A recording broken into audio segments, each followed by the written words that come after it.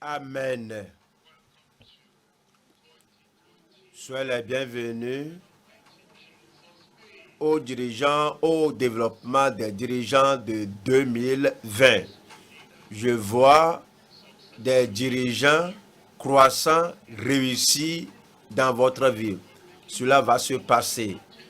Le Seigneur vous fera gravir toutes vos montagnes au nom de Jésus-Christ. Vous allez réussir en leadership. Je réussirai en leadership. Une fois encore, nous sommes très enchantés que vous soyez là. Et le Seigneur qui vous a amené ici fera de vous une bénédiction à tous les gens sous votre direction au nom de Jésus-Christ. Seigneur, nous te remercions pour nos dirigeants. Nous te remercions pour cette année 2020. Je prie que tu accordes à tous la force de 2020, l'habileté de 2020 et les talents de leadership de 2020 au nom de Jésus-Christ. Fais de cette année une année spéciale, spectaculaire, et que tes mains soient puissantes sur tout le monde et que tout le monde soit puissant au nom de Jésus-Christ. Nous te remercions parce que tu nous as exaucés. Au nom de Jésus, nous prions. Nous allons à Jean. Jean chapitre 10. Et nous lisons versets 11 à 14. Jean chapitre 10. Verset 11. Je suis le bon berger. Le bon berger donne sa vie pour ses brebis. Mais le mercenaire, qui n'est pas le berger et à qui n'appartiennent pas les brebis, voit venir le loup, abandonne les brebis et prend la fuite. Et le loup les ravit et les disperse. Le mercenaire s'enfuit parce qu'il est mercenaire et qu'il ne se met point en peine des brebis. Je suis le bon berger. Je connais mes brebis et elles me connaissent. Aujourd'hui, comme nous commençons notre série de leadership pour 2020, je vais examiner Christ dans son leadership et vous et moi, comme nous suivons le style de leadership, la méthode de leadership, la voie et le progrès du leadership du Seigneur Jésus-Christ. Cette nuit, nous parlons de conduire le troupeau de Christ avec l'amour de Christ. Conduire le troupeau de Christ avec l'amour de Christ.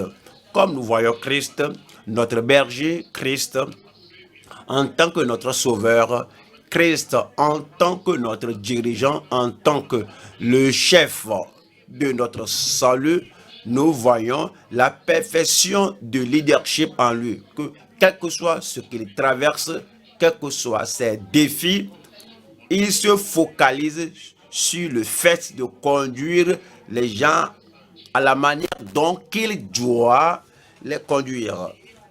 Jean 13, verset 1. Avant la fête de Pâques, Jésus, sachant que son heure était venue de passer de ce monde au Père, et ayant aimé les siens qui étaient dans le monde, mit le comble à son amour pour eux. Il a aimé ses disciples, il a aimé les brebis, il a aimé les saints, il a aimé tous ceux qui le suivaient jusqu'à la fin et il leur a montré ce qu'ils doivent faire. Et comme il s'abaisse en humilité, en douceur, et il a lavé les pieds de ses disciples, il a mis de côté la serviette, il a dit, verset 15, car je vous ai donné un exemple, afin que vous fassiez comme je vous ai fait. Il dit, j'ai mis l'exemple de leadership devant vous et je veux que vous regardiez tout ce que j'ai fait, non seulement laver les pieds des saints, mais tout ce que j'ai fait en les dirigeant, en les conduisant. Il dit, je veux que vous suiviez cet exemple en conduisant le troupeau de Christ avec l'amour de Christ. Jean 15. Jean chapitre 15, nous lisons le verset 12. Jean 15, 12. C'est ici mon commandement. Aimez-vous les uns les autres comme je vous ai aimé. Il dit, je vous l'ai démontré en leadership. Je vous ai aimé et je veux que vous suiviez cet amour en vous aimant les uns les autres comme je vous ai aimé. Il n'y a pas de plus grand amour que de donner sa vie pour ses amis. Et je vous enverrai à toutes les créations et ce que je vous ai fait, je vous ai pris en tant que mes amis et non en tant qu'ennemis, même lorsque vous étiez faibles, je vous ai pris comme des gens forts. Lorsque vous voyez comme n'étant pas mes amis, je vous ai toujours pris comme amis et non comme ennemis. Verset 14, vous êtes mes amis si vous faites ce que je vous commande. Et nous montre un grand exemple et veut que nous suivions cet exemple. Et nous allons le suivre. 1 Pierre, chapitre 2, verset 21. Conduire le troupeau de Christ avec l'amour de Christ. 1 Pierre 2, verset 21. Et c'est à cela que vous avez été appelés, parce que Christ aussi a souffert pour nous, vous laissant un exemple afin que vous suiviez ses traces. Il nous a laissé un exemple et il y a des gens qui ne comprennent pas, qui pourraient avoir des souffrances dans le leadership lorsqu'on forme les gens, lorsqu'on édifie les gens. Il pourrait avoir certaines souffrances, il pourrait avoir un certain inconfort. Mais Christ nous a donné l'exemple, il a souffert pour nous afin que nous suivions ses traces. Je vais le suivre. 1 Jean, chapitre 3, verset 15. 1 Jean, chapitre 3, verset 16 plutôt. Nous avons connu l'amour en ce qu'il a donné sa vie pour nous. Nous aussi, nous devons donner notre vie pour les frères. Dans le leadership, nous devons aussi donner notre vie pour les frères. Si nous allons suivre Christ, et Dieu merci, nous allons le suivre. Il y a des choses qui sont très importantes dans la vie. Notre salut. Une âme non sauvée ne peut pas pleinement suivre le Seigneur. Une personne injuste ne peut pas suivre le Seigneur. Un pécheur coupable ne peut pas suivre le Seigneur. Un dirigeant souillé ne peut pas suivre Christ. Il faut le salut de la sanctification. Si nous allons suivre Christ, ce n'est pas par les pieds qu'on le suit, c'est pas notre cœur. Notre cœur doit être purifié, notre cœur doit être épuré, circoncis. C'est cette circoncision du cœur, c'est cette purification du cœur, c'est cette sainteté et ce lavage du cœur, une purification totale du cœur, qu'il n'y a pas de péché, il n'y a pas le péché originel, il n'y a pas de dépravation. Il n'y a pas une tendance satanique. C'est un tel cœur-là, sauvé, sanctifié, purifié, épuré, circoncis, qui peut réellement suivre les traces de Jésus-Christ. Au fait, Jésus a tout fait par la puissance du Saint-Esprit. Comment Dieu a oint Jésus-Christ de Nazareth avec le Saint-Esprit et avec force et qui allait de lieu en lieu. Alors, il a fait tout par la puissance du Saint-Esprit. Donc, il ne suffit pas de dire que je vais suivre Christ, je suis sauvé. Dieu merci, vous êtes sauvé. C'est le commencement, c'est le fondement, c'est c'est oui, la vraie base de l'expérience qu'on doit avoir, le salut, la sanctification et le baptême de l'Esprit, que vous soyez remplis de l'Esprit de Dieu. C'est cette plénitude, cette saturation du Saint-Esprit dans notre vie qui fait de nous des gens investis de pouvoir, des gens rendus capables pour suivre l'exemple de Christ. Comme on voit Christ. Et puis, on résume tout le style de leadership du Seigneur. Quand on écrit leadership, on voit d'abord que, tout d'abord, le Seigneur était aimable. Il a aimé les siens jusqu'à la fin. Il les a appelés parce qu'il les a aimés. Il les a formés parce qu'il les a aimés. Alors, tout ce qu'il a, il a tout investi en eux afin qu'ils soient les dirigeants qu'ils doivent être. Deux, il les a aimés, il était aimable. Deux, il les a équipés. Il ne les a pas envoyés d'aller faire sans pouvoir les investir de pouvoir, sans pouvoir leur donner la force, sans les rendre capables. Il les a équipés. Comme on dirige et on suit le style de leadership, le style du leadership du Seigneur. Tout d'abord, on continue d'aimer les gens qu'on dirige. Deux, on les équipe. On fait émerger des programme de formation. On voit la déficience de leur vie et on amène des programmes pour les former. On fait tout pour les avancer. Chaque programme que vous tenez avec eux, chaque défi devant eux, les avance, les édifie, afin que ce qu'ils sont aujourd'hui, ils ne le soient pas demain. Chaque jour ajoute à leur vie. Chaque semaine ajoute à leur vie. Chaque mois ajoute quelque chose à leur vie. Et on suit le leadership du Seigneur Jésus-Christ. On est aimable, on aime les ouvriers, on aime les membres, on aime tous les diverses sections de l'œuvre, qu'ils soient constants ou pas. C'est pourquoi nous sommes leurs dirigeants. On les aime et on les équipe. Et on les avance en connaissance, on les avance en compréhension, on les avance en vision, on les avance en consécration, on les avance,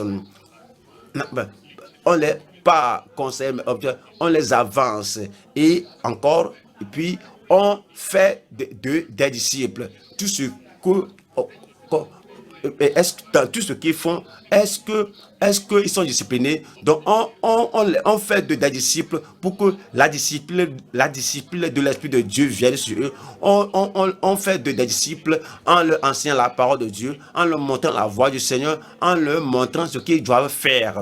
Et il faut également exemplifier ce que vous enseignez. Jésus a donné un exemple. Il a dit, je suis parmi vous comme celui qui sert. Je vous ai enseigné le service et j'ai servi. Je vous ai parlé de l'enseignement et j'ai enseigné. Je vous ai conseillé de comment prêcher et j'ai prêché. Je vous ai montré comment guérir et j'ai guéri. Tout ce qu'il espère qu'il ferait, il l'a exemplifié. C'est le leadership. Lorsque vous exemplifiez tout ce que vous enseignez, les doctrines de la parole de Dieu, dans votre famille, vous exemplifiez les doctrines de la parole, dans votre interaction, dans votre relation avec eux, vous exemplifiez la parole de Dieu que vous enseignez. Et puis, il y a aussi le fait de se reproduire en eux. Celui qui croit en moi fera les œuvres que je fais, il fera de plus grandes parce que je vais au Père. Tu te reproduis en eux. Tu ne dis pas que fais comme je dis, mais il ne faut pas faire comme je fais. C'est toi, la première personne à pratiquer ce que tu enseignes, la saine doctrine, la sainteté de vie, la douceur de vie et le fruit de l'esprit. Tu es la première personne à exemplifier cela, disant que voici la manière que cela doit être fait. Quand on regarde ton exemple, ils seront en mesure de suivre ton exhortation. Tu te reproduis en eux. Es-tu courageux? Reproduis le courage en eux. Es-tu ferme? Reproduis cette position de fermeté pour Christ dans leur vie. une vie sans compromission, une vie qui ne fléchit pas. Et tu exemplifies toute cette personnalité de développement en eux. Il y a aussi le sacrifice. Jésus-Christ s'est sacrifié. Il y a des temps, il était fatigué, mais il continue d'œuvrer. Il y a des temps d'opposition, il continuait de travail, d'œuvrer. Il y a des temps où cela paraît que les pharisiens ne le laissaient pas en paix, mais il continuait de faire l'œuvre que le Père l'a envoyé faire. Il se sacrifiait et puis il moissonnait. Et que c'est pourquoi je suis venu appeler les pécheurs à la repentance. C'est pourquoi je suis venu pour chercher, sauver ce qui était perdu dans notre vie. Comme nous dirigeons, comme nous encourageons les autres et nous moissons et nous intrusons. Chaque fois on les instruit, chaque fois on leur montre la parole, chaque fois on leur montre que voici la parole de Dieu, voici ce que cela veut dire, voici l'application à la vie, et puis chaque fois être persévérant. Ça, c'est le style de leadership de Jésus-Christ. Comme on voit Jésus-Christ dans tout ce qu'il a fait, dans tout ce qu'il a dit, comme il a formé et enseigné les gens, nous aussi, nous allons vouloir tirer cela de Christ et suivre ses traces.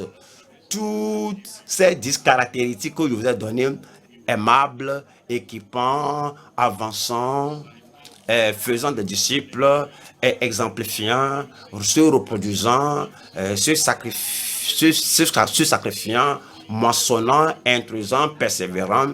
Alors on finit.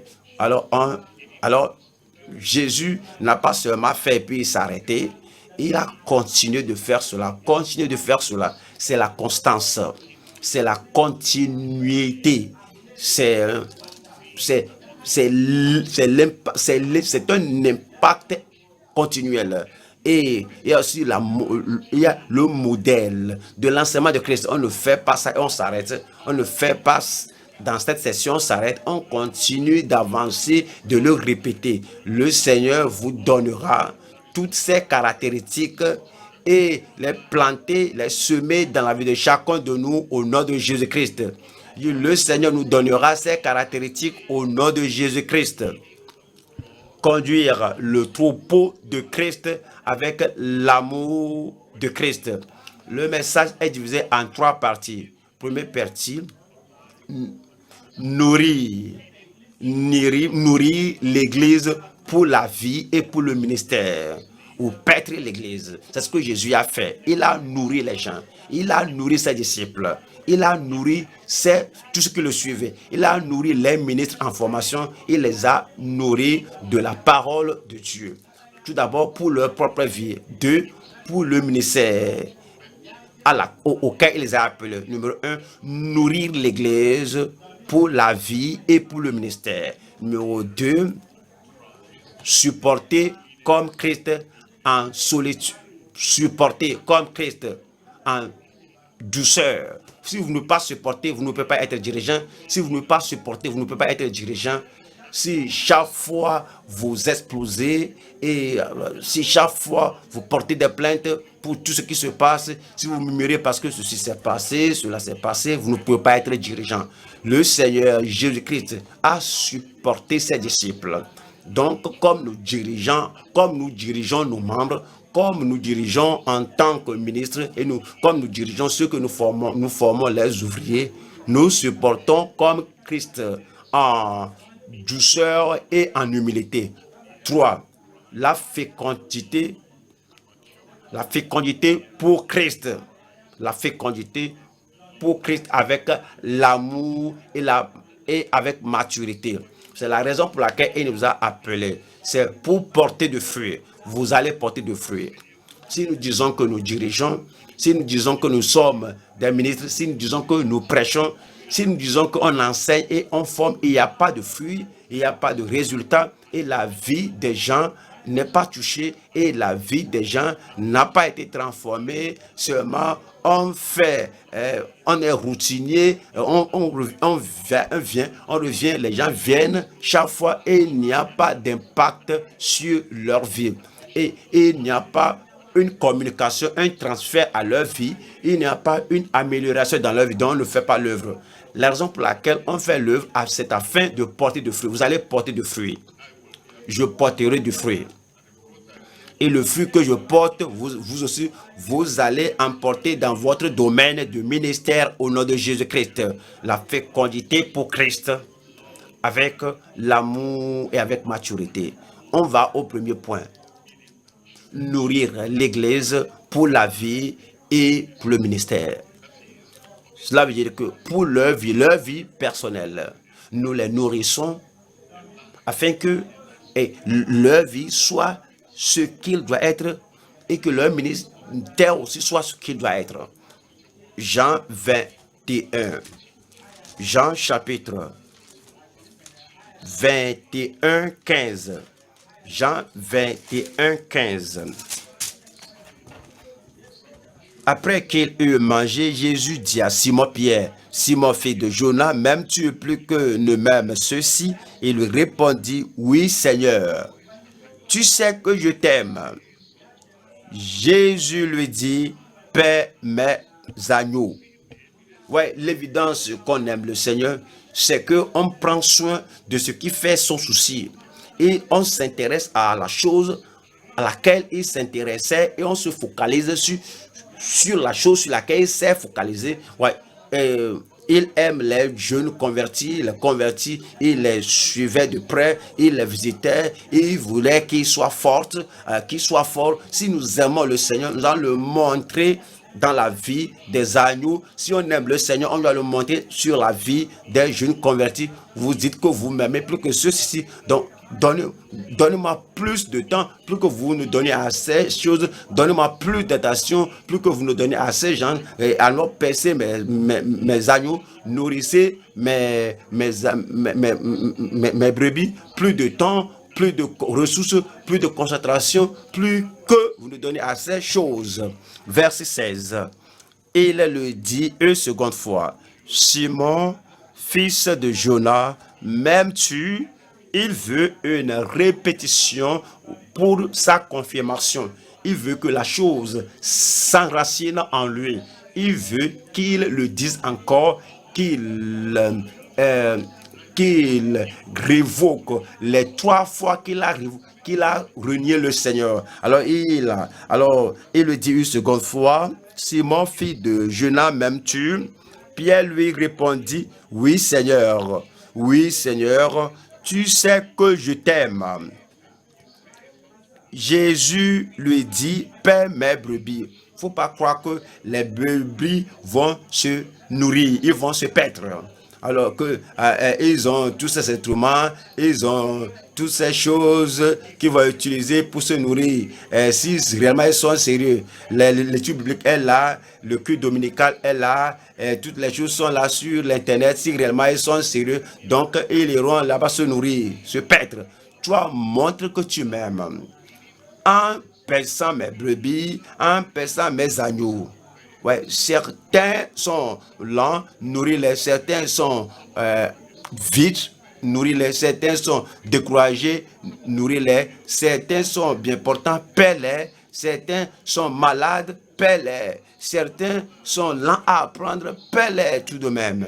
Alors, il ne faut jamais dire que je ne vais pas faire cela encore, je ne vais pas les paître, parce qu'ils ne coopèrent pas, parce qu'ils n'acceptent pas. Alors, ce n'est pas ce n'est pas eux, mais c'est toi. Cela s'agit de celui que tu aimes, le Seigneur Jésus-Christ. Il ne faut pas regarder leur attitude, leur disposition. Je t'ai appelé, je t'ai demandé, m'aimes-tu plus que ceux-ci? Et tu as dit oui, d'accord. Si réellement tu m'aimes comme ça, paie mes agneaux et paie mes brebis. 17. Il lui dit pour la 3e fois, Simon, fils de Jonas, m'aimes-tu? M'aimes-tu? Et le Seigneur nous pose la même question. Et toutes les fois qu'il y a une difficulté, vous allez examiner votre amour. Quand vous dites que je ne crois pas aller à la réunion aujourd'hui, je ne crois pas que je dois me préparer, je ne crois pas me préparer pour le réveil d'aujourd'hui et vous laissez cela à une autre personne. L'année passée, tous les temps que vous dites que vous supervisez, vous êtes ici jeudi, vous n'enseignez pas, vous ne prêchez pas, vous ne priez pas, et vous laissez toute la prière jusqu'à ce que le dièse vienne et vienne prier pour les gens. Et ton rôle, et ta part pour l'œuvre que Dieu t'a donnée. Alors, chaque fois tu transfères les choses à l'hierarchie inférieure, qu'il le fasse. S'il y a quelque chose à faire, tu vas rester chez toi à la maison, que toi, représente-moi là-bas, allez évangéliser. Ce n'est pas l'amour. Ce n'est pas l'amour. Si tu dis que tu aimes le Seigneur cette année, tu dois amener tout ce que tu as dans cet amour. Donc, il lui pose la question la troisième fois. Il lui dit pour la troisième fois, Simon, fils de Jonas, m'aimes-tu? Pierre fut attristé. Pierre, ne sois pas attristé, ne te rappelles-tu pas les 3 fois que tu as dit, je ne le connais pas. Lui n'était pas attristé pour t'abandonner.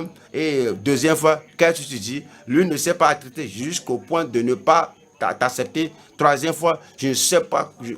Qu'est-ce que tu dis? Je ne le connais pas. Et te dit, va dire à mes disciples et Pierre, que dit à mes disciples et à Pierre qui me rencontre à Galilée. Si le Seigneur t'a montré cet amour sans restriction, cet amour qui coule à tout moment, s'il te l'a manifesté, pourquoi tu es dérangé? Qui te pose la question la troisième fois, m'aimes-tu? Dieu a une raison. Christ a une raison pour vous poser la question à maintes reprises. Parce qu'il voit votre attitude, parce qu'il voit votre temps et les temps que vous donnez à vous-même, et voit vos restrictions, et voit vos réserves et la limitation de la démonstration de votre amour. Il a ce droit de vous demander à maintes reprises, disant, m'aimes-tu plus que ceci, plus que les affaires, plus que vos sociétés, plus que votre compagnie, plus que votre lieu de travail, plus que le marché, plus que le voyage, etc. M'aimes-tu plus que cela? Est-ce que tu abandonnes mon travail pour tes choses personnelles et tu professes m'aimer? Il a sa raison pour nous poser les questions pour nous poser la question plusieurs fois. Et Pierre s'était attristé, puis attristé de ce qu'il lui avait dit pour la troisième fois, m'aimes-tu? Et il lui répondit, Seigneur, tu sais toutes choses, tu sais que je t'aime. Jésus lui dit, paie mes brebis. C'est ce que le Seigneur espère de vous et espère de moi. C'est pourquoi il nous a nommés. Êtes-vous pasteur, êtes-vous prédicateur? C'est pourquoi il vous a nommé en tant que pasteur, que vous nourrissiez, que vous paisiez le peuple de Dieu, que vous paisiez les agneaux, que vous paisiez les nouveaux convertis, les jeunes, et que vous les nourrissiez avec la vérité salvatrice. Que vous les nourrissiez de la vérité qui transforme leur vie. Jérémie chapitre 3. Jérémie 3, 15.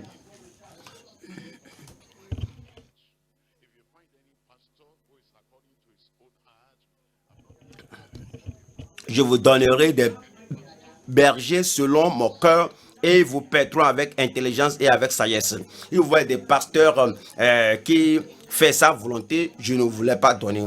Mais si vous voyez un pasteur qui doit faire ce qu'il veut, même s'il détruit le troupeau, même s'il doit détruire les enfants, même s'il va détruire les jeunes, même s'il va disperser le troupeau, alors il doit toujours faire ce qu'il veut.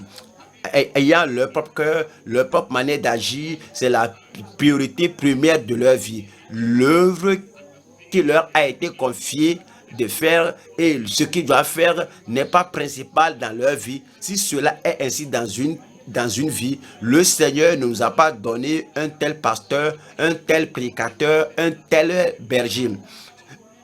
Le pasteur que le Seigneur, si c'est un pasteur que Dieu nous a donné, il sera selon son cœur et ils vous paîtront avec intelligence et avec sagesse. Est-ce que les dirigeants doivent faire? C'est ce que Jésus a dit à Pierre de faire. Et c'est ce que Jésus a dit à tous les autres disciples et à tous les autres ministres. C'est ce que le Seigneur nous a dit de faire. que nous soyons selon son cœur, selon sa pensée, et que nous enseignions la connaissance, que nous nourrissions les gens de la connaissance.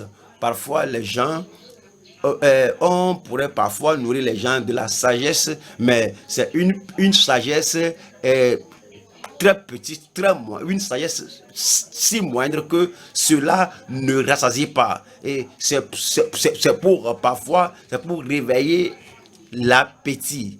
Et des brebis vont par-ci, par-là, parce qu'ils ne sont pas satisfaits. Donc, il faut les nourrir de façon qu'ils soient, qu'ils connaissent que voici la vérité et qu'ils ne dévient pas de la vérité. Et avec compréhension, qu'ils comprennent la voix du Seigneur, qu'ils comprennent la voie à suivre, que nous enseignons à telle enseigne que la sagesse de Dieu ne demeure pas une chose étrangère qui doit esquiver le peuple de Dieu. Que notre enseignement donne une compréhension claire à ces gens parce qu'ils ont reçu la parole de Dieu de nous. Puisse Dieu vous aider, puisqu'il m'aide. Puisse Dieu vous aider, puisse Dieu m'aider. Et comme ce qui m'a aidé à faire, il vous aidera à faire. Amen. Jérémie 23, 4. Jérémie 23, verset 4. J'établirai sur elle des pasteurs qui les paîtront. Je suis le berger, le propriétaire du troupeau, le propriétaire des brebis, parce qu'ils sont tous à moi. Et c'est moi qui vais établir des pasteurs sur eux, et non par le vote, par élection, et non par la politique, et non par le grand suffrage, mais c'est le Seigneur lui-même qui est le bon, qui est le propriétaire, et c'est lui qui va établir sur elle des pasteurs et qui les paîtront. Alors, et s'il établit quelqu'un, s'il t'a établi en tant que berger, tu es là pour qu'ils portent de fruits, et tu n'as pas le droit de les détruire. J'établirai sur elles des pasteurs qui les paîtront. Elles n'auront plus de crainte. Soulignez cela dans la Bible. Elles n'auront plus de crainte. Lorsque vous étudiez une partie de la Bible, lorsque les gens commencent à te craindre plus et craignent le monde, les gens craignent les puissances qui existent, les gens craignent les puissances des ténèbres, les gens ont peur de quelque chose derrière le rideau, ils ont peur de ceci et de cela. Ça veut dire qu'on ne leur a pas bien enseigné la parole de Dieu. On n'a pas enseigné comment il faut enseigner. Si les gens ont peur du futur, s'ils ont peur d'aujourd'hui et de demain, s'ils ont peur et ils ont le doute, et que est-ce que mes péchés sont pardonnés, est-ce que je suis réellement sauvé, est-ce que je suis enfant de Dieu, chaque fois ils ont ce doute-là, alors ils ont peur de participer à la Sainte Seine. On leur enseigne chaque fois. Maintenant, on a annoncé qu'il y aura la Sainte Seine le dimanche prochain, et les gens ont peur même de prendre part à la Sainte Seine. Ça veut dire qu'on ne leur enseigne pas bien. Si on leur enseigne bien, donc c'est dit ici qu'elles n'auront plus de crainte, plus de terreur, et il n'en manquera aucune, dit l'Éternel. Il n'y aura pas de manquement dans leur vie. Si on leur enseigne si on leur enseigne bien, on développe leur foi, on leur enseigne en développant leur amour, on leur enseigne en développant la façon que cela doit être, il n'y aura pas de crainte, il n'y aura pas de manquement. Donc, ce n'est pas seulement prendre la Bible que je vais enseigner. Est-ce que vous êtes préparé? Est-ce que vous avez prié?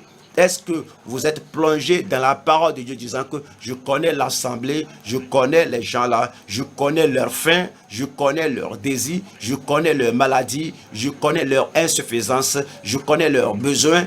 Et alors, de la connaissance de leurs besoins, comme vous priez, vous allez préparer, et par ce besoin, par cette préparation, vous allez les nourrir, et leurs craintes s'évaporeront. Et nous allons à Matthieu 24. Matthieu 24, 45. Matthieu 24, 45. Quel est donc le serviteur fidèle et prudent? Quel est donc le serviteur fidèle et quel est donc le pasteur fidèle et prudent? Quel est donc le serviteur fidèle et prudent que son maître a établi sur ses gens pour leur donner la nourriture au temps convenable? Les nourrir, ce n'est pas avec la verge, oui, qui est importante. Ce n'est pas en battant les gens, en les bastonnant qui importe. Ce n'est pas en les engueulant qui est important. Ce n'est pas en les faisant trembler qui importe. Ce n'est pas en les asservissant qui importe. Ça, tout cela n'est pas l'intention du Seigneur, mais c'est de leur donner la nourriture spirituelle au temps convenable. Heureux ce serviteur que son maître, à son arrivée, trouvera faisant ainsi. Il le fait, il continue de le faire, il continue. Et lorsque le maître viendra, alors ils ne sont pas à la retraite. Lorsque le Seigneur viendra, ils ne diront pas, je suis fatigué, je ne peux plus. Continue. Tu n'es pas fatigué d'aller au service, au boulot. Est-ce que tu es fatigué d'aller à l'église? Tu n'es pas fatigué de vendre des habits, mais tu es fatigué de leur donner l'habit de justice. Tu n'es pas fatigué de voyager très loin pour que tu puisses acheter des choses et vendre et faire de l'argent, mais tu es fatigué de sortir et donner le pain de vie du pays lointain, le ciel, et nourrir les gens. Ouais, les gens qui disent cela, qui sont fatigués, alors qu'ils dépensent plus d'énergie sur les choses de la terre, n'aiment pas réellement le Seigneur. Mais le Seigneur a dit, heureux ce serviteur, que son maître, à son arrivée, trouvera faisant ainsi. Je vous le dis en vérité, il l'établira sur tous ses biens. Il vous récompensera. Il nous récompensera. Aucun d'entre nous ne ratera sa récompense finale au nom de Jésus-Christ. L'un de nos enfants allait à l'école, et comme il est allé à l'école du collège, et puis il a fini, il est allé au collège et il a fini, l'enfant passe de 6e en 3e. Maintenant, quelque chose est arrivé. Et quelque chose est arrivé, et puis tout le monde supplie l'enfant que je ne peux pas aller encore. Ah, mais tu as passé 4 ans au collège. Voici maintenant, c'est l'heure de faire de finir la 3e et que tu es ton brevet. Il dit que non, je ne veux plus aller à l'école. Qu'est-ce qu'on dit de cet enfant? L'enfant a gâché les 4 ans. Regardez les dirigeants qui nourrissaient le peuple de Dieu. Vous nourrissez le peuple de Dieu pour 2 ans, 3 ans, 4 ans, 9 ans, et maintenant quelque chose est arrivé et quelque chose est venu, et puis quelque chose est venu sur un tel pasteur et un tel dirigeant et dit, ceci c'est trop, si je ne peux pas faire ce que je veux, moi je ne fais plus autre chose. Et si je ne peux pas battre celui que je veux et opprimer celui que je veux et insulter celui que je veux, alors et insulter qui que je veux, si je ne peux pas les contrôler comme un soldat, comme un militaire à la caserne, si je ne peux pas faire cela, moi je ne continue plus. Je dois faire ce que je veux.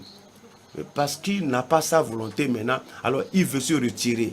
Et toutes les années que tu as passées, le Seigneur veut te trouver faire ainsi, en les nourrissant, en leur enseignant, en dirigeant le peuple de Dieu jusqu'à ce qu'ils viennent. Je prie que vous ne chutiez pas, que vous ne succombiez pas.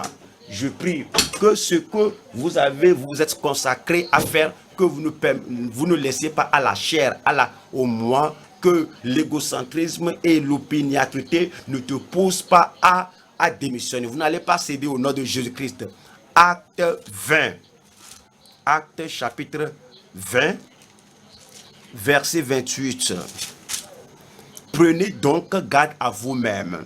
Il y aura quelque chose qui va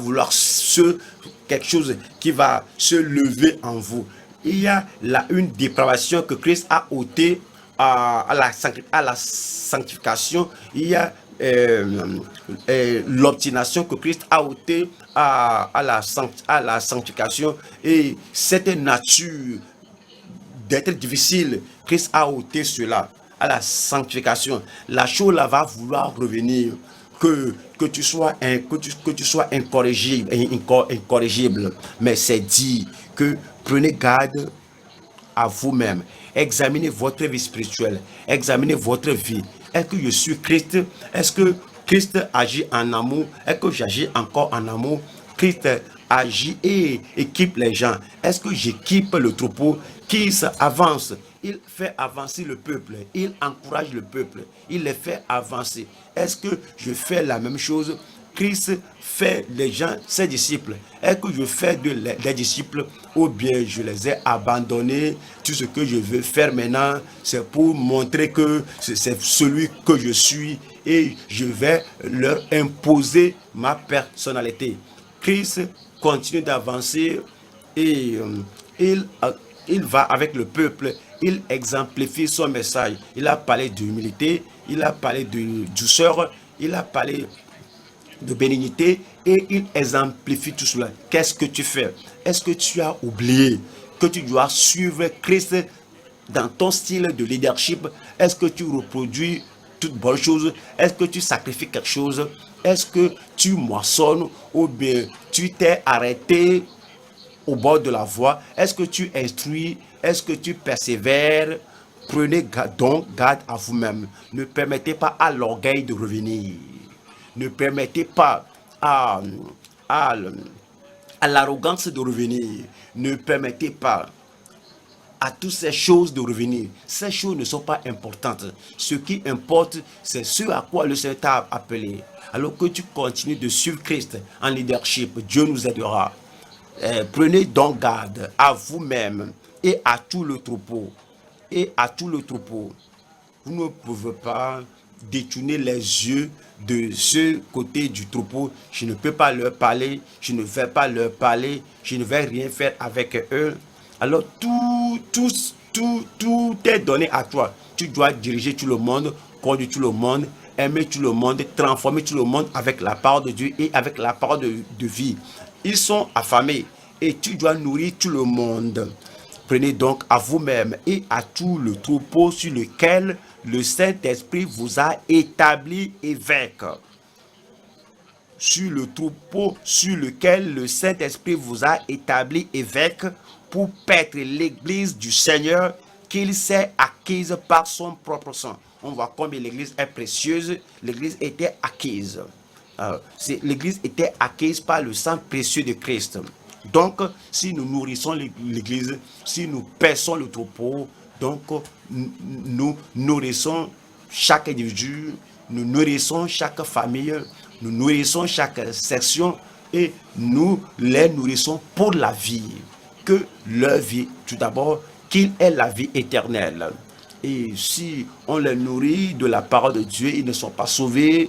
Et à chaque fois que quelqu'un prêche le salut, il lève la main. Ça veut dire qu'on ne les nourrit pas. Vous devez vraiment les nourrir, qu'ils sachent qu'ils ont la vie éternelle, qu'ils sont nés de nouveau. Ils savent que leur nom est écrit dans le livre de vie. Et tu les nourris, qu'ils ont la vie éternelle, la vie qui est victorieuse, la vie qui triomphe du péché. Pas on continue d'enseigner la même chose à maintes reprises et les gens ne savent pas comment résister au diable, comment avoir la victoire sur le péché, comment triompher des maladies, comment triompher de Satan. Et que les gens que nous enseignons pendant toutes ces années, ils ont les maux de tête, ils doivent chercher que quelqu'un prie pour eux, ils avaient les coliques, ils doivent chercher que quelqu'un prie pour eux, ils ont quelque chose la nuit qui se passe sur le toit, ils doivent aller pour la délivrance après les avoir enseignés pendant 15 ans. On doit leur enseigner qu'ils sachent qu'ils ont la vie victorieuse en Christ. Nous devons enseigner jusqu'à ce qu'ils aient la vie conquérante, qu'ils conquièrent tout ce qui est contre leur vie. Alors ils vont triompher de tout au nom de Jésus-Christ. Donc l'enseignement que nous dispensons, quel type de vie va-t-il donner à ces gens que nous enseignons? Numéro un, la vie non souillée. Si nous enseignons proprement dit, nos gens sauront et nos gens vont se montrer justes et saints. Ils auront une vie non, ils ont une vie intègre. Voyons Psaume 119, verset 1. Heureux ceux qui sont intègres dans leur voie, qui marchent selon la voie de l'Éternel. Enseignez-leur jusqu'à ce qu'ils sachent qu'ils sont intègres, que les membres de la vie profonde soient là ou pas, qu'ils sachent qu'ils connaissent la vérité, qu'ils ne compromettent pas, qu'ils disent que voici là où je me tiens. C'est ainsi qu'il faut enseigner. On doit leur enseigner que oui, ceci, je comprends ceci, je crois ceci, quel que soit ce qui arrive, le défi ou l'épreuve, ils vont se tenir de façon non compromettante pour le Seigneur. Daniel chapitre 1 verset 8. Daniel 1, 8. Daniel résolut de ne pas se souiller par les mets du roi et par le vin dont le roi buvait, et il pria le chef des eunuques de ne pas l'obliger à se souiller. Son pasteur, ses parents ne sont pas là, et tous ceux qui pouvaient dire qu'est-ce que tu fais là-bas pour le surveiller n'étaient pas là, mais ils ont été enseignés de façon qu'ils pouvaient mener une vie non compromettante. Une vie non compromettante. On leur enseigne jusqu'à ce qu'ils mènent une vie pure, sainte. Et, Jacques chapitre 1, verset 27. Jacques 1, 27. La religion pure et sans tache devant Dieu, notre Père, consiste à visiter les orphelins, leurs veuves dans leur affection et à se préserver des souillures du monde. Quand on enseigne, il faut que les gens embrassent ce qu'on enseigne, croient ce que nous enseignons, que la gloire de Dieu soit en eux, afin qu'ils se préservent des souillures. Et 3, ils doivent avoir une vie irréprochable. Une vie irréprochable. Colossiens chapitre 1, 22. Colossiens 1, 22. Colossiens 1, 22. Pour vous faire paraître devant lui saint, irrépréhensible et sans reproche. Ouais, irrépréhensible, irréprochable. Est-ce que nous enseignons aux gens? On n'excuse pas le péché, on ne tolère pas la rétrogradation, on ne tolère pas la mondanité, on ne tolère pas l'anarchie. On leur enseigne que leur vie soit irrépréhensible, non compromettante, leur vie soit sans souillure, leur vie soit irrépréhensible, que leur vie soit une vie pure. Ils ne sont pas hypocrites. Ils ne sont pas les gens qui se comportent bien quand le pasteur est là. Si le pasteur n'est pas là, voilà ce qu'ils font. Ça, c'est un comportement, c'est un simulacre de vie chrétienne. Voyons, 1 Pierre, chapitre 1, c'est la raison pour laquelle on enseigne le but de l'enseignement, que la vie des gens, auxquels nous enseignons soit une vie pure. 1 Pierre, chapitre 1, 22. Ayant purifié vos âmes en obéissant à la vérité pour avoir un amour fraternel sincère. Un amour sincère. Aimez-vous ardemment les uns les autres de tout votre cœur. Et leur vie était sans reproche. Les gens auxquels nous enseignons, si on leur enseigne bien et qu'ils acceptent et possèdent et personnalisent ce que nous enseignons, ce n'est pas que on a un fouet dans la main, on court après eux, faut pas faire ceci, fais cela. On ne leur contrôle pas au dehors, mais du dedans. L'Esprit de Dieu en eux les contrôle, les oriente, les dirige.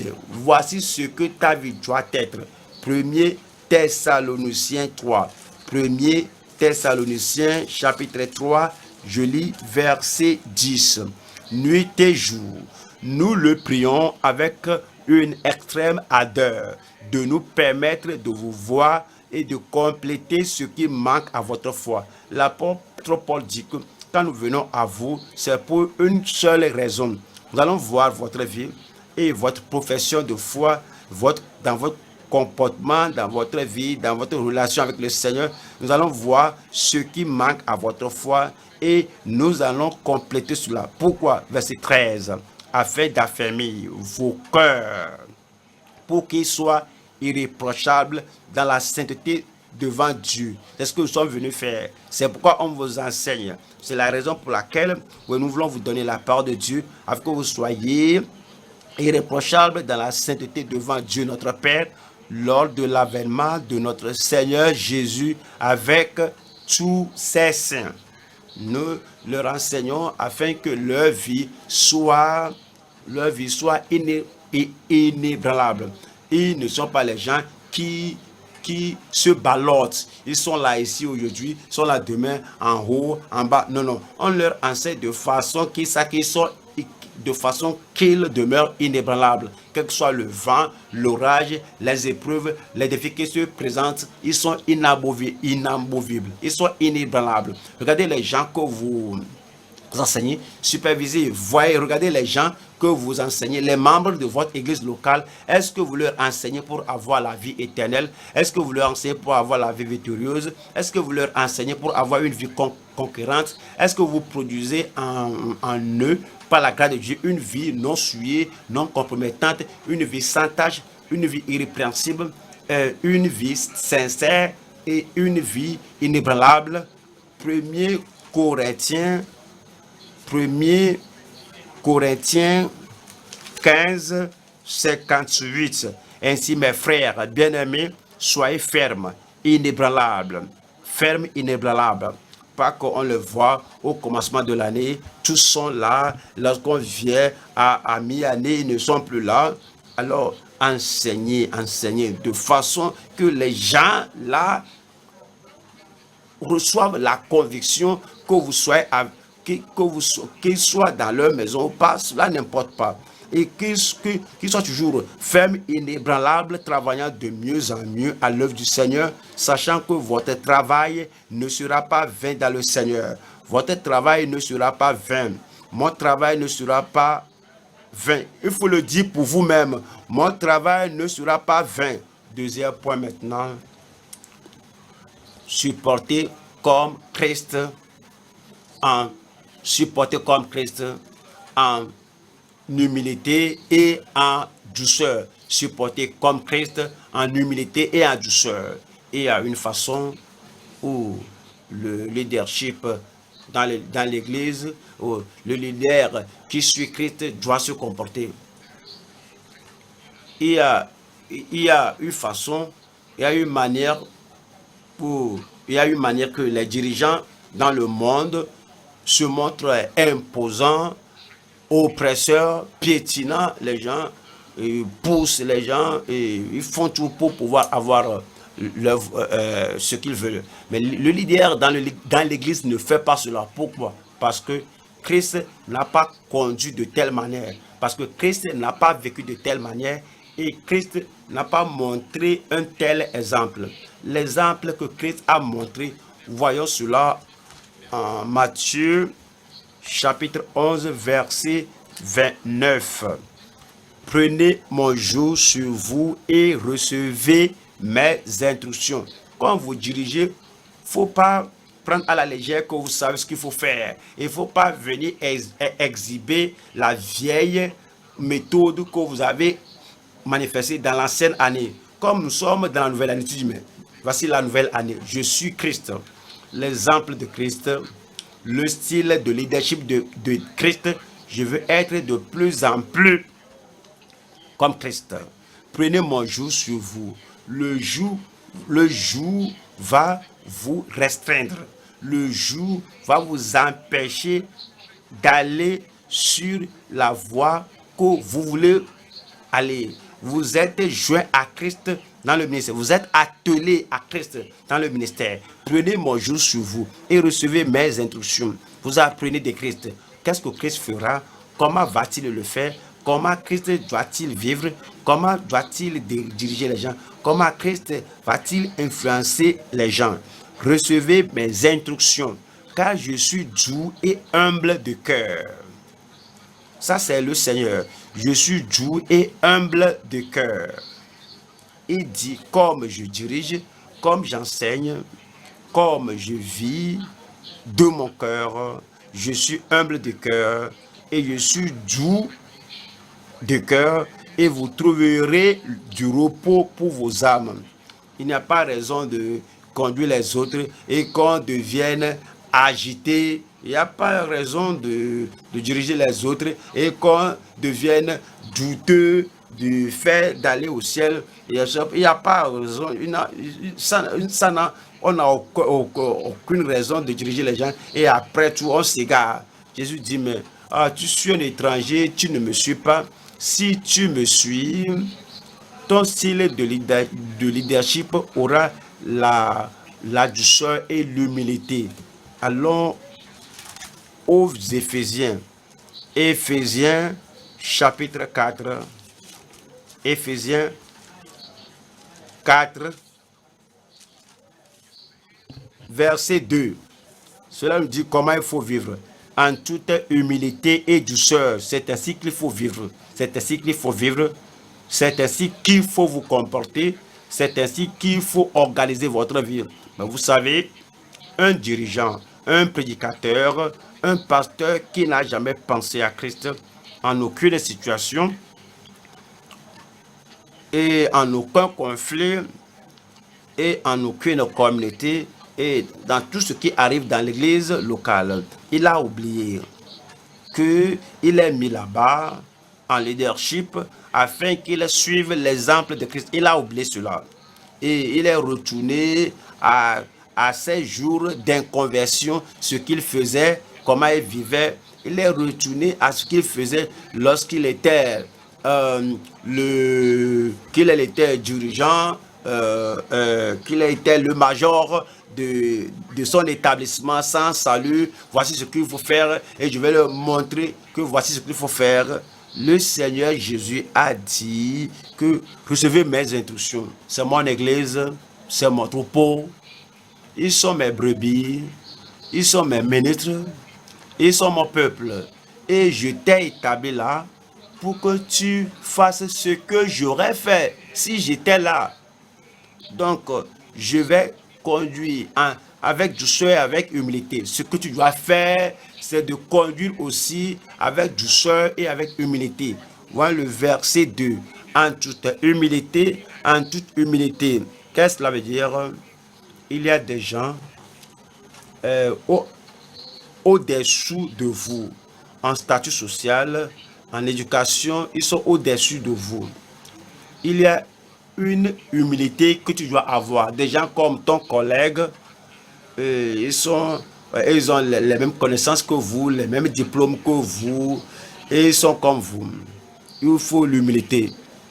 Il y a des gens de divers genres. Vous êtes homme, ils sont femmes, ou bien elles sont femmes. Alors, tout de même, il faut l'humilité. Vous êtes adultes, ils sont jeunes, mais en toute humilité. On ne vient pas comme nous sommes venus avec une autorité draconienne. Et quand on vient, les gens déjà commencent à trépigner. Oui, maintenant, ils savent que je suis le dirigeant. Oui, l'humilité ne fait trembler personne. Il y a des gens qui sont au-dessus de vous en âge. Ils sont au-dessus de vous en éducation. Ils sont au-dessus de vous en compréhension, en connaissance. Quand vous les dirigez, vous devez les diriger en toute humilité et en douceur. C'est ce que la parole de Dieu dit. Et si votre style de leadership, si votre approche est différente de cela, donc vous avez raté le chemin. Vous savez que vous ne vivez pas comme Christ et à son retour, il n'y aura pas de retour. Vous allez gâcher votre vie. Je prie que vous ne gâchez pas votre vie. Vous allez gâcher vos ressources. Je prie que vous ne gâchez pas vos ressources. Tout sacrifice, tout ce qu'on a en renoncement à soi, tout est gâché. Dès qu'il n'y a pas d'humilité, de douceur, mais c'est dit en toute humilité et douceur, avec patience, vous supportant les uns les autres avec charité. C'est le leadership selon la méthode de Christ, selon l'approche de Christ. Nous allons aux Philippiens.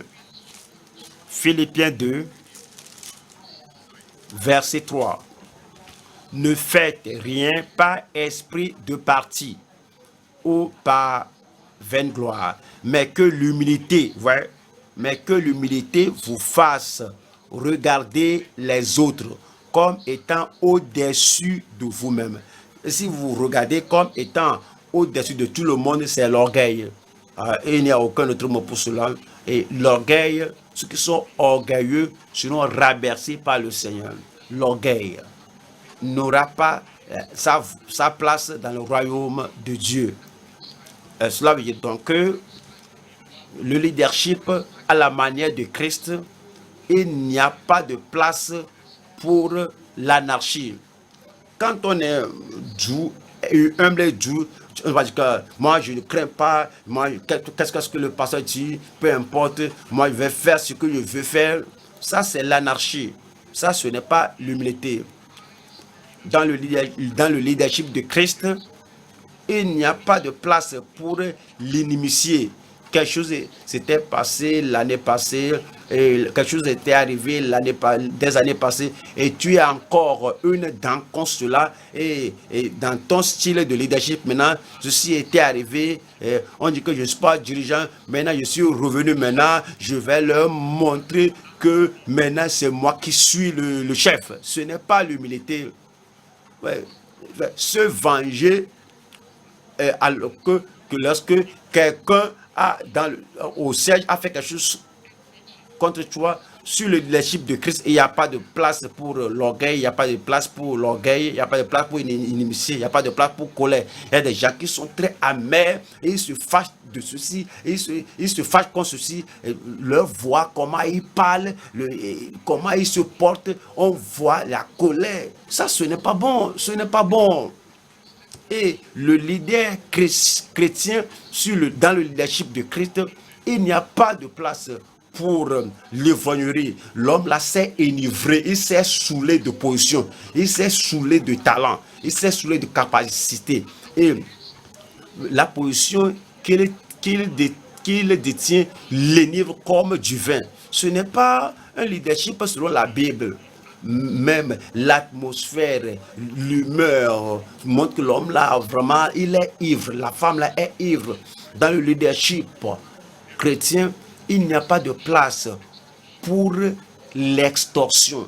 Je suis le dirigeant, je ravis ceci, je prends ceci, je prends cela, et j'apprends ceci. On te demande, ne veux pas penser, je marque sur le dirigeant.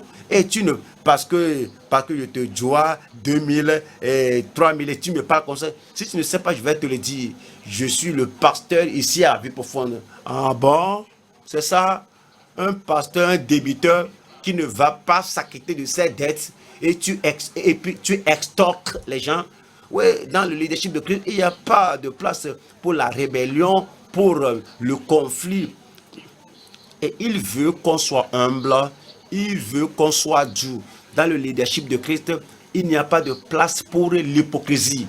Vous ne serez pas hypocrite. Celui que vous êtes, vous le serez. Partout où vous vous trouvez, vous êtes doux ici, vous serez doux là-bas. Vous êtes humble ici, vous êtes humble là-bas. Vous êtes simple ici, vous serez simple là-bas. Oui, dans le leadership de Christ, il n'y a pas de place pour l'idolâtrie. Vous voyez, il y a des gens, ils idolâtrent les gens. Et quel que soit ce que la personne a dit, même si cela est mauvais, il idolâtre un tel homme, il idolâtre une telle femme qu'il s'égare.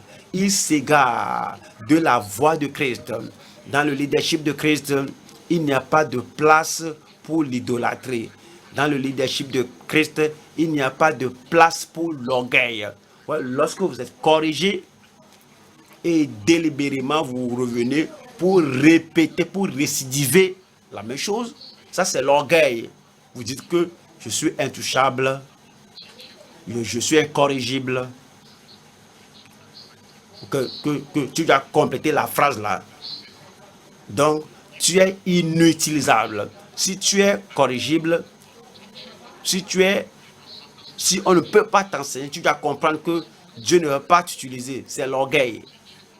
Incorrigible, intouchable. Donc, tu es inutilisable. Donc, comme on parle du leadership de Christ, le leadership de Christ ne va pas admettre, elle, Lucifer, celui qui dit que je suis le tout en tout, je vais élever mon trône par-dessus le trône de Dieu. Je vais faire ceci, je vais faire cela. Il n'y a pas de place dans le leadership de Christ, dans le troupeau de Christ. Il n'y a pas de place pour Lucifer licencieux. Dans le leadership de Christ, Christ ne va pas admettre Esaü dont l'estomac est le numéro 1. Qu'est-ce que je vais faire avec le droit d'aînesse? Une fois que j'ai faim, des gens qui vont abandonner toute autre chose, ils vont abandonner le ministère, abandonner la prédication, abandonner l'œuvre et leurs privilèges parce qu'ils ont faim. Esaü, il n'y a pas de place. Il n'y a pas de place pour... Il n'y a pas de place pour Esaü dans le leadership de Christ. Il n'y a pas de place pour Absalom. Et si vous m'amenez votre cas, il va bien vous juger. Mais vous voyez, papa n'a pas d'assistant. Et si je suis établi assistant, je vous montrerai tout ce que je peux faire. Et il a dérobé le cœur des gens. Il n'y a pas de place pour un Absalom abominable dans le leadership de Christ. Dans le leadership de Christ, il n'y a pas de place pour Diotrephe, qui piétine les gens, qui renverse les gens, qui pousse les gens, que c'est moi qui suis le chef, je suis le PDG ici, personne ne peut m'enlever. Si vous n'êtes pas content, sortez, quittez l'église. Vous ne pouvez rien faire si je ne dis pas, fais-le. Personne, que Jean vienne du siège, que Pierre vienne du siège, tous ceux qui viendront, dites-le avant d'arriver que c'est moi qui suis le chef ici. Il n'y a personne qui puisse me dicter quelque chose. Diotrephe, il n'y a pas de place pour toi dans le royaume de Dieu. Il n'y a pas de place dans le leadership pour Diotrephe. Il n'y a pas de place pour un Élie efféminé. Enfin, j'ai appris les rapports que c'est ce que vous avez fait. Si quelqu'un a une querelle avec quelqu'un, ça peut être facilement réglé. Mais si Dieu a quelqu'un, une femmelette, il ne peut pas se tenir. Il n'y a pas de place pour Élie dans le leadership dans l'église. Il n'y a pas de place pour Ruben. Ruben, l'excellence de ma force, mais aussi instable comme l'homme. Tu ne peux pas dépendre de lui. C'est mon premier-né. Néanmoins, il est instable comme de l'homme. Et Ruben sans racine, parce qu'il n'a pas de racine, le vent va l'emporter. Je peux que vous ne soyez pas pareil. Il n'y a pas de place pour Saül. Saül, un égocentrique Saül. Attends 7 jours et après 7 jours, comme j'attends 7 jours et tu n'es pas venu là, c'est pourquoi j'ai fait ce que je peux faire cela. Il n'y a pas de place pour cela. Il n'y a pas de place pour un Haman endurci qui continue à placer un bois pour ceci, un bois pour cela. Celui qui ne fléchit pas les genoux devant lui, alors il dit, il ne peut pas supporter. Je suis venu ici, il ne peut pas se prosterner devant moi. Il n'y a pas de place pour un Haman endurci dans le leadership de l'église. Il n'y a pas de place pour Iscariote, incorrigible Iscariote. Je te le dis, je vous le dis, que l'un de vous me traira. Qui est-il? C'est l'homme qui a mis le pain dans sa bouche. Et Jésus a dit, Iscariote, Judas Iscariote, toujours tu es inflexible de faire ce que tu veux faire, va-le. c'est mieux que tu ne sois né. Il n'y a pas de place pour Pilate qui cherche la position. Un Pilate que je ne trouve aucune faute en lui. Mais il doit utiliser Jésus pour se réconcilier avec Hérode. Un Pilate, il devait utiliser Jésus pour apaiser les Juifs sanguinaires. Il a amené de l'eau, il va vous montrer, je n'ai rien, je n'ai pas ma main dedans, et il s'est lavé les mains. Cependant, il a fouetté et l'a délivré pour être crucifié. Il n'y a pas de place pour Pilate qui connaissait la vérité, qui ne peut pas tenir sur la vérité et se laver les mains. Je suis innocent, tu n'es pas innocent. Je prie que nous ne soyons pas pareils. L'attitude et l'action de Lucifer, d'Ésaü, d'Absalom, de Diotrephe, d'Élie, de Ruben, de Saül, de Haman, d'Iscario, de Pilate, nous disqualifie pour le leadership. Voici une nouvelle année. Nous voulons tout faire qu'au commencement de l'année, que toutes ces choses soient lavées de notre vie et de notre leadership au nom de Jésus-Christ. Y a-t-il quelqu'un là-bas qui dise Amen? On va maintenant au troisième point. La fécondité pour Christ avec amour et avec maturité. Porter du fruit pour Christ avec amour et avec maturité. Et après ces années de leadership, nous ne devons pas agir, nous ne devons pas nous comporter comme on vient d'arriver, comme on vient d'être dans le ministère, on n'a rien appris du ministère. Notre vie doit être différente, notre leadership doit être différent. Et comme on est arrivé à 2020 avec un nouveau zèle, avec un nouvel amour, avec une nouvelle maturité, et que nous conduisons comme j'ai cette opportunité encore, je vais en faire usage et je vais conduire et pour que la récompense me soit accordée finalement. Je prie que Dieu vous accorde une nouvelle grâce, une grande grâce, une grâce élevée, une grâce dépendable au nom de Jésus-Christ.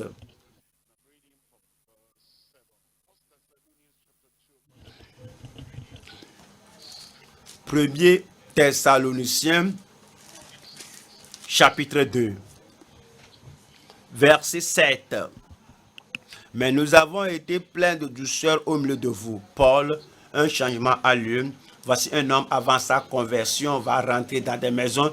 Tout homme, toute femme, tout jeune qui s'y trouve, qui suivait la voie de Christ, cet homme sans sympathie, sans amour, sans considération pour les personnes âgées, pour les jeunes, pour les femmes, pour les hommes, maintenant, et dit, mais nous avons été pleins de douceur au milieu de vous. C'est l'évidence de la conversion, c'est l'évidence de la grâce, c'est l'évidence de la sanctification. Mais nous avons été pleins de douceur au milieu de vous. De même qu'une nourrice prend un tendre soin de ses enfants, nous aurions voulu, dans notre vive affection pour vous, non seulement vous donner l'évangile de Dieu, mais encore nos propres vies, tant vous nous étiez devenus chers. Tant vous nous étiez devenus chers. Le pasteur doit compter chaque membre de l'Église très cher et qu'il soit prêt à donner sa vie pour ses membres. Vous vous rappelez, frères, notre travail et notre peine, nuit et jour, à l'œuvre pour n'être à charge à aucun de vous. Nous vous avons prêché l'évangile de Dieu. Vous êtes témoins et Dieu l'est aussi, que nous avons eu envers vous qui croyez une conduite sainte, juste et irréprochable.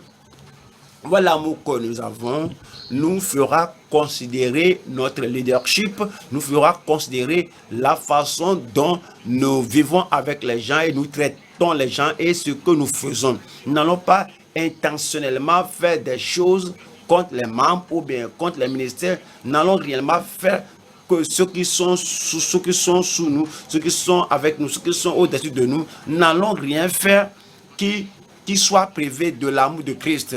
et la maturité du dirigeant chrétien. Notre leadership doit avoir un leadership de compassion. Ouais, on est dirigeant, mais on est compatissant. On est dirigeant, on est un bon cœur. On a la sympathie. On a un leadership de compassion. Deux, un leadership de considération. On considère ceux qui sont jeunes. On considère ceux qui sont veuves. On considère ceux qui sont malades. On considère ceux qui sont pauvres. On considère, ouais, en donnant des commandements, fais ceci, fais cela. Ouais, on considère les gens plus importantes que on connaît les gens plus importants que notre petite joie. Et nous utilisons notre position pour résoudre leurs problèmes, pour les aider. Notre leadership doit être de considération et nous devons avoir un leadership de réconciliation. Nous ne devons pas avoir la méthode qui divise et contrôle. Dis à celui-ci, tu dis autre chose là-bas, tu vas à l'autre groupe, tu dis quelque chose de mauvais au sujet de l'autre groupe et tu agis pour diviser afin qu'on ait les gens à contrôler. Non, non, non, non. Tu dois réconcilier les gens. Tu dois faire que les gens s'aiment. Qu'est-ce que tu perds si nous nous aimons les uns les autres? Que perdons-nous s'il n'y a pas de querelle? Que perdons-nous s'il n'y a pas de conflit? Que perdons-nous si nous tous nous aimons Christ et Christ nous aime et nous tous on va à la même voie? Que perdons-nous? Il faut qu'il y ait un leadership de réconciliation. Il faut qu'il y ait aussi un leadership de correction. Nous sommes là en tant que leaders parce que les gens ne sont pas parfaits. Nous devons aller vers eux pour compléter ce qui manque à leur vie. Qu'est-ce qui fait défaut dans leur famille? Qu'est-ce qui va mal dans leur éthique? Qu'est-ce qui va mal dans leur disposition, dans leur relation avec les autres membres de l'Église? Votre leadership doit être un leadership de correction et de complétude. Également, vous devez avoir un leadership de construction. Vous ne détruisez pas, vous ne démolissez pas, vous ne faites pas désespérer les gens pour qu'ils se suicident. Mais vous êtes constructeur. Si vous allez être constructeur, vous devez avoir une vision, vous devez avoir un but, vous devez avoir une idée. Voici la façon dont l'œuvre doit être. Voici un architecte. Ouais, il voit un lieu vacant. Il a une vision que je vais ériger un bâtiment sur cette parcelle et puis il va là-bas. Il voit là-bas quelque chose de mauvais à démolir et il contre quelque chose de bon là-bas. C'est ce que vous devez faire avec la vie des gens. Vous voyez leur vie déjà ruinée, leur vie insignifiante. Vous allez vers eux parce que vous êtes le dirigeant et vous avez une influence constructive sur leur vie. D'abord, il faut aussi un dirigeant de courage. Ce qui se passe, quelle que soit la situation, quel que soit le feu, quelle que soit l'image de la personne, vous savez que Dieu vous a envoyé vers la personne. Que la personne soit difficile ou pas, Dieu vous a envoyé vers la personne et avec courage, alors vous allez commencer à transformer la vie des gens par la parole qui va rendre leur vie meilleure. Numéro 1, c'est un leadership de compassion. 2, c'est un leadership de considération. 3, c'est un leadership de réconciliation. 4, un leadership de correction, un leadership de correction, un leadership de courage et un leadership de contagion. Si on vit comme ça, les gens voient notre vie et les gens vont voir que cette année 2020, nous sommes de plus en plus Christ. Et cela va se répandre vers eux, cela va les influencer. L'amour, cette maturité, ce leadership sera contagieux et l'Église tout entière sera affectée au nom de Jésus-Christ. Le Seigneur le fera plus en nous, plus en vous, plus en chacun de nous. Et le Seigneur fera de nous des dirigeants auxquels il nous a appelés à être en suivant les traces du Seigneur Jésus-Christ. Est-ce possible? Je dis, est-ce possible? Tenons-nous debout maintenant et parlons au Seigneur en prière. Amenez tout ce que nous avons appris aujourd'hui sur le fait de conduire le troupeau de Christ avec l'amour de Christ. Prions réellement et le Seigneur le fera dans la vie de chacun de nous.